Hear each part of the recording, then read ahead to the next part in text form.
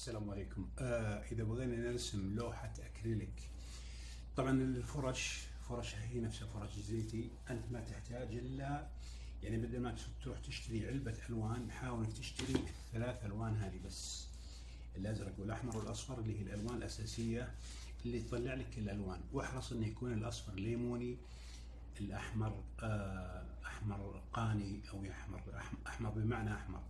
الازرق لا يكون غامق مره يميل الكحلي، ولا يكون فاتح، يكون هذا. احيانا او غالبا نحتاج الابيض معهم، واحيانا الاسود ولا نستغني عنه. يعني ممكن يعني يحل محله ان نخلط ازرق مع احمر يعطينا لون غامق. يعني من الخطا انه يدخل الاسود الصريح باللوحه، الا لازم يكون يتخفض.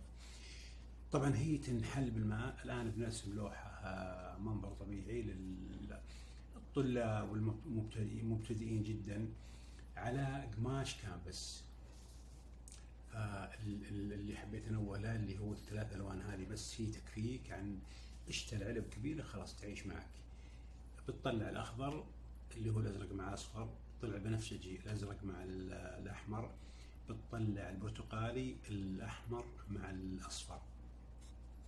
بالبداية يستحسن ان نرش على وجه الكانفاس وجه القفا، وبعدين نحط الوان السماء نمزجها. انا يمكن هنا ثقلتها شوي، بس خل لون السماء متدرج غامق فوق، وكل ما ينزل برضه غمقت الافق شوي. الغيوم ما لها شكل معين، اي شكل اي لطخه بيضة تحطها بيكون غيم، بس حاول انك تصغر الاشياء البعيده. بعد ما تنهي الغيوم تجي لون الارض اللي هو الفاتح. كل ما يبعد دائما البعيد فاتح. بالنسبه للمجرى المائي يكون لونه فاتح من بعيد، ويكون صغير جدا ويختفي بالنهايه، يعني ما راح يبين.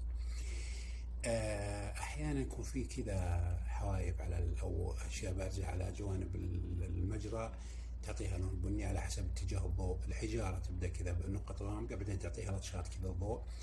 بنسوي الان الخيمه الجهه الغامقه منها، طبعا يكون لونها نوعا ما رمادي. الجهه الفاتحه سويناها مع عمودين ما يفرق. الباب ما يكون اسود غامق مره، يعني يكون يغلب عليه الزرقه، تعطي ظل يتناسب مع بعد العنصر، ما يكون مجرد خط بس. هنا حطينا ظل الشجره. الجذوع اذا بغينا نطلع اللون البني اللي هو نخلط الثلاث الالوان الاساسيه كلها، بس اذا نبغى غامق نزيد الازرق، فاتح نزيد الاصفر. كل ما زاد الاصفر كل ما يميل للبيج. الان اوراق الشجر جهة الضوء تكون طبعا باللون الفاتح اللي هو اللون الاصفر. دائما التفتيح الاخضر باللون الاصفر، ما نفتح بالابيض. طبعا يكون على شكل ضربات بالفرشة على اساس تعطيك احساس اوراق، يعني ما يكون لون مساحة، يعني يكون في فراغات هنا وهنا.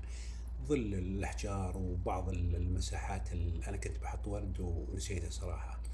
الشجرة البعيدة يفترض انها افتح من كذا شوي، انا احس اني غمقتها، يعني ما تطلع لي النتيجة الا عقب. الجذع يكون لون واحد، يعني ما يبين فيه لا ضوء ولا ظل، ما هو زي الشجرة القريبة. وهي بكذا تقريبا تكون انتهت اللوحة.